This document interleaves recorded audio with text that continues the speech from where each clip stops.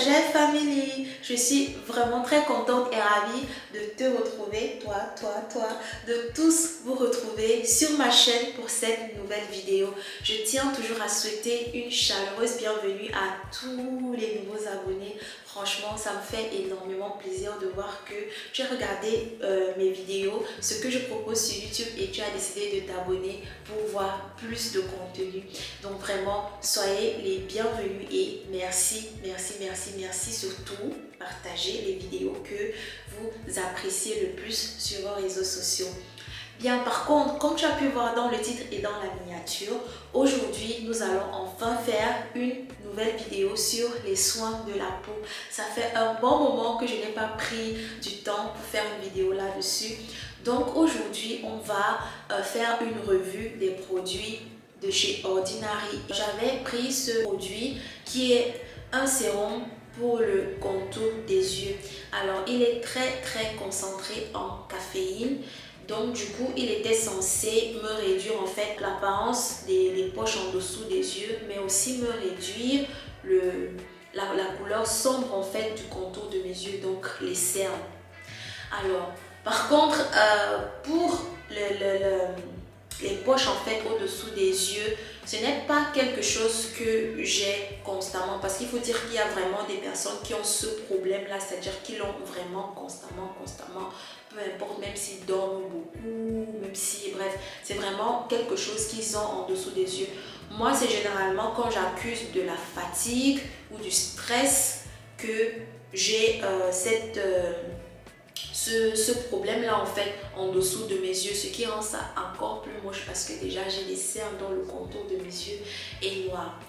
Donc pour le premier souci qui est les poches en dessous des yeux, je ne puis te dire vraiment à 100% que ça résout ce problème là. Pourquoi? Parce que même avant ce sérum, il suffisait que je dorme assez et que je sorte de la période de stress pour que les poches en dessous de mes yeux s'atténuent en fait, tu vois. Donc je ne peux pas te dire à 100% que ce produit m'a aidé par rapport à ça. Par contre, en ce qui concerne le contour de mes yeux, franchement, les cernes en fait, le contour noir de mes yeux, je ne pense pas non plus que ce produit m'a aidé à résoudre ce problème. Mais ce que je puis te dire,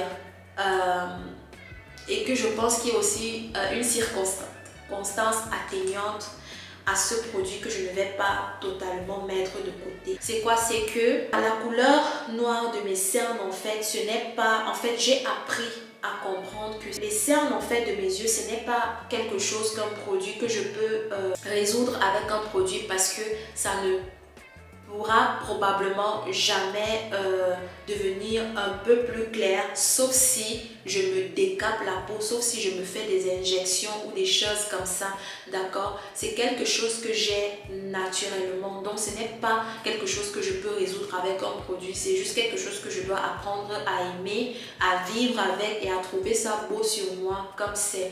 Et par la grâce de Dieu, on a quand même le maquillage. Donc quand ça me dérange trop, je peux utiliser le maquillage pour essayer d'atténuer ça, d'accord? Par contre, ce qui n'est pas toujours le cas d'autres personnes. Donc en essayant de traiter en fait les cernes, la couleur noire du contour de tes yeux, il faudrait d'abord que tu essayes de comprendre si c'est quelque chose que tu as naturellement ou si c'est quelque chose que tu peux effectivement traiter en utilisant des produits voilà, qui agissent à long terme, à très long terme sinon. Donc dans ce cas, du coup, voilà pourquoi je pense que je n'ai pas vu une différence en fait depuis que j'ai commencé à utiliser ce sérum en bas de mes yeux. Parfois, à un moment donné, je le mettais même aussi en haut et tout, mais il n'y a vraiment jamais eu de différence en ce sens-là. Par contre, là où j'ai remarqué la différence, c'est que depuis que j'utilise ce produit, j'ai un regard un peu plus éveillé, un peu plus revitalisé, un peu plus vif. Par contre, sur l'indication du produit, c'est dit qu'il réduit l'apparence du contour des yeux, qu'il réduit l'apparence pigmentée du contour des yeux et le puffiness en fait et les gonflements. Chez moi, ça n'a pas été vérifié, en tout cas chez moi. Mais comme j'ai dit, j'ai appris à comprendre que chez moi c'est naturel, je ne peux pas résoudre ça avec un produit. Par contre, un regard plus éclat, plus éveillé, plus vif, plus gai avec ce produit, oui, j'ai observé cette différence-là. Ok, alors le troisième produit de Ordinary que j'avais pris, c'est un nettoyant. Ce nettoyant spécifiquement, il est fait à base de squalane.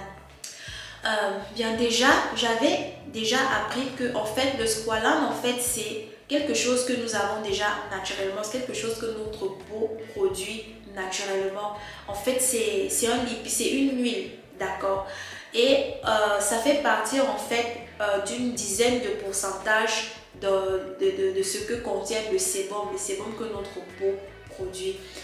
Comme tu devrais déjà probablement le savoir, et si tu ne le sais pas encore, en fait le sébum n'est pas totalement néfaste pour la peau. C'est comme c'est exagéré en fait que ce n'est pas, ce n'est pas beau à voir, d'accord? Quand ta peau produit trop de sébum, en fait, le sébum c'est l'huile que le visage produit souvent là, ok? Parfois c'est une réaction que la peau a au fait que tu as la peau trop sèche ou que tu es en train d'utiliser un produit qui te sèche trop la peau.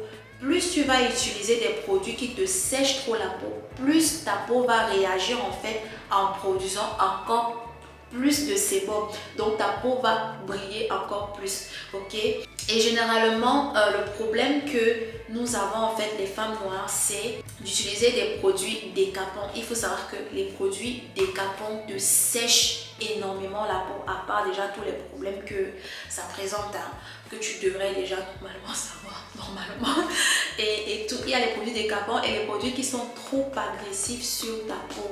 Ok, ces produits-là te sèchent énormément la peau, et en voulant tellement sécher ta peau pour que ta peau ne brille plus. C'est pas seulement parfois des produits de cosmétiques, genre pour laver le visage, ou des crèmes ou des sérums. Non, parfois c'est même le maquillage que tu utilises qui te sèche un peu trop la peau. Et la réaction naturelle que ta peau a, c'est de doubler l'effort encore plus pour produire plus de sébum. Donc tu ne résous absolument pas le problème en utilisant ce genre de produit.